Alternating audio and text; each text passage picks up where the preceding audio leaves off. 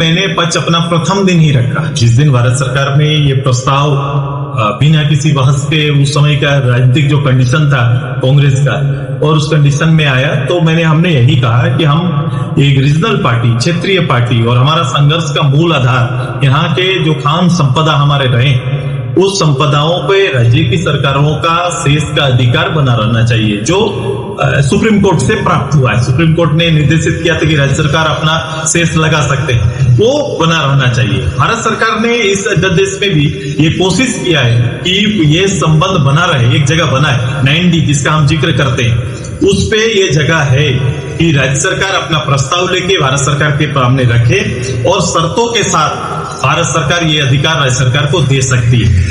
इस राज्य सरकार से मैंने यही कहा था कि आप अपना प्रस्ताव लेके भारत सरकार में जाइए और राज्य के पक्ष को रखिए। ये काम करना चाहिए, ना कि यहाँ राजनीति करने का, क्योंकि उनके लिए ये विषय राजनीतिक है, हमारे लिए राज्य के अधिकार का है।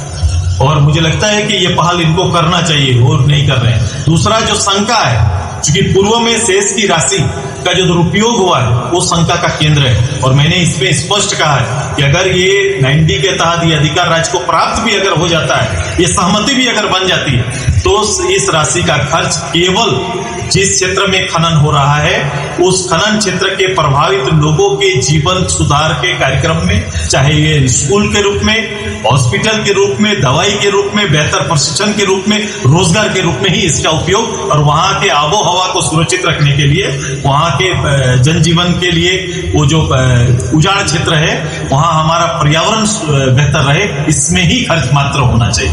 तो क्या हम मानते हैं कि MMDR का जो ये कानून आया उससे कहीं ना कहीं झारखंड को हानि पहुंच रही है? नहीं, आप मेरी बात को समझ नहीं पा रहे, इतना शॉर्टकट में मत जाइए। मैंने बड़ा विस्तार पूर्वक इसके महत्व को आपको बता दिया भैया। मैंने कहा कि इसके लिए ही हमारा संघर्ष हुआ था, इस संपदाओं का अधिकार यहाँ के जीवन स्तर में कर पाए, इसी के लिए लंबा संघर्ष प्रदेश के लोगों ने लड़ा है। स्वामित्व का अधिकार आपके पास रहे, ये सुप्रीम कोर्ट के आदेश से संभव हुआ है। अगर ये संभव हुआ तो इसका उपयोग राज्य में हो, चूंकि ये किसी सरकार, हेमंत सरकार का ये पूंजी नहीं है, ये राज्य का पूंजी बनेगा। राज्य सरकार अपना इस पे काम कर सकती है, और ये काम और इसका उपयोग केवल उसी क्षेत्र में होना चाहिए जहां से खनन का कार्य हो रहा है, और वहां के पब्लिक के लिए होना चाहिए। लेकिन बिहार में जो अभी दिखाई दे रहा है, जो हम कहते हैं कि राज्य सरकार जो घबराई क्यों, इसको काला कानून कह रही है। कौन? झारखंड मुक्ति मोर्चा। ये नहीं, वो राजनीति कर रही है।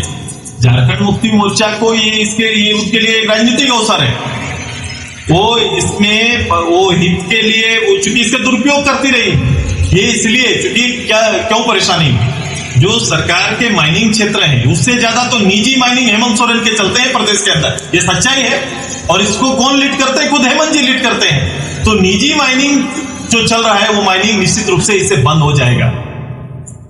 अच्छा, ये एक चीज और आपको साफ करे, क्योंकि अर्जुन मुंडा आए थे तो कहे कि इससे डेवलपमेंट होगा, तो बिहार में जिस तरह कॉर्पोरेट कोई पौने दाम में 1 रुपया में इतना जमीन दे दिया गया, कई लाखों पेड़ दे दिए गए, आपको लगता है, अंदेशा है कि झारखंड में भी उस तरह का हो सकता है कॉर्पोरेट को बढ़ावा देने के लिए? कॉर्पोरेट ये राज्य सरकार के ऊपर निर्णय कि अगर मेरी सरकार है, मैं लीड कर रहा हूं, मैं राज्य में औद्योगिक संस्थानों को लाने के लिए मेरा निर्णय होगा कि हम क्या करेंगे। अच्छा, याद होगा टाटा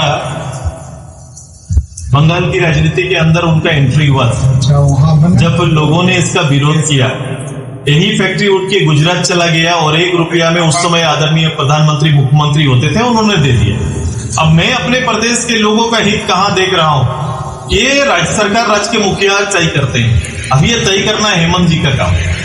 जिस तरह से लोग विरोध कर रहे हैं, विरोध प्रदर्शन जिस तरह से लोग समझदारी रखनी होगी। राजनीति मतलब केवल विरोध और समर्थन में स्वर अगर बनने लगेंगे तो केवल ये विरोध और विरोध की राजनीति ही चलेगी। सवाल राज्य का सामने रखिए, मैं राजनीति कर रहा हूं राज्य के लिए, राज्य के लोगों के लिए, मेरा पूरा समर्पण प्रदेश के लिए है। तो इस पर बहस करिए कि आने वाला जो व्यवस्था है और इस व्यवस्था का पूर्व में जब से शेष हुआ तब क्या परिस्थिति बनी, उस शेष का उपयोग राज्य सरकार ने कहाँ किया, और आज अगर ये नियम आया है उसके बाद भी अगर कोई जगह है तो राज्य सरकार ने क्या पहल किया कि सबसे पहला काम होना चाहिए, प्रोटेस्ट करना चाहिए, इससे मेरी ये योजनाएं प्रभावित होंगी। ये योजनाएं चुनाव के लिए ना हो, ध्यान रहे मैं कह रहा हूं, विस्थापित के लिए मिलने वाली इस राशि को, विस्थापन क्षेत्र की राशि का उपयोग चुनाव जीतने के लिए और कोई योजना चलाने के लिए सरकार करेगी तो ये स्वीकार नहीं। मुख्यमंत्री ने आपसे MMDR जो बिल है उसका समर्थन में है, केंद्र का आप फिर से संकोचित सोच मत रखिए, मैं फिर से कह रहा हूं, मेरी बातों को पूरा पब्लिक के बीच में डोमेन में है और मैं पूरा रखता हूं, मैं हर चीज को ढक रहा हूं कि इस राज्य का जो खान संपदा है, इस राज्य की संपत्ति, इस राज्य की संपत्ति में थोड़ा अधिकार सुप्रीम कोर्ट के माध्यम से फेस लगाने का प्राप्त हुआ राज्य को, जिससे आने वाला जो राजस्व है उससे आने वाला उसका उपयोग होना चाहिए राज्य के अंदर। पिछले सरकार ने राजस्व के नाम पर उसको तो उगा ही किया, लेकिन उसका दुरुपयोग किया, उसका चुनावी और राजनीतिक दुरुपयोग किया। हम ये चाहते हैं कि शेष किसका मिलता है। अगर बेरमो में माइनिंग हो रहा है और बेरमो में ना खर्च करके इसको किसी सपाट एरिया में अगर हम खर्च कर रहे हैं, किसी राज्य की योजनाओं में खर्च कर रहे हैं, तो उनका जो अधिकार है उसका हनन हो रहा है कि भाई जिसको उजाड़े उसको ना बसाएंगे, जिनको क्षति पहुंचा रहे हैं उनको ना दबा देंगे।